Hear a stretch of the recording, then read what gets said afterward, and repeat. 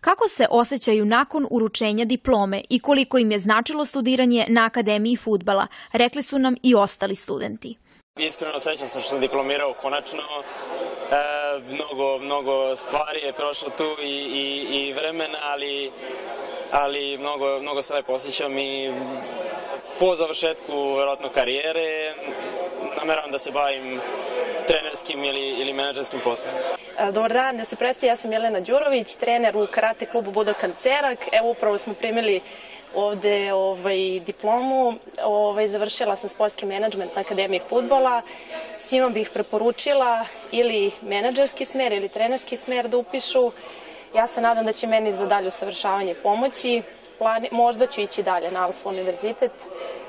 Još ću razmisliti. Posle 3 godine napornog rada, studiranja, odricanja raznih, shvatim da je vredelo sve to. Shvatam tek sada kad vidim sve ovo, sve ove ljude, sve ove profesore koji su ovde ispred nas. Osjećaj je fenomenalan, stvarno. Svim ostalim brucošima bi naravno preporučio da upišu ovo, jer ovde su ljudi koji predaju veoma obučeni, veoma pametni, može mnogo toga, ne samo vezano, dobri stvari vezano za struku koju studiramo, nego uopšte za život, što nam je potrebno da se nauči. Prisutni diplomci izrazili su zadovoljstvo znanjem i mogućnostima koje im je pružala Akademija fudbala.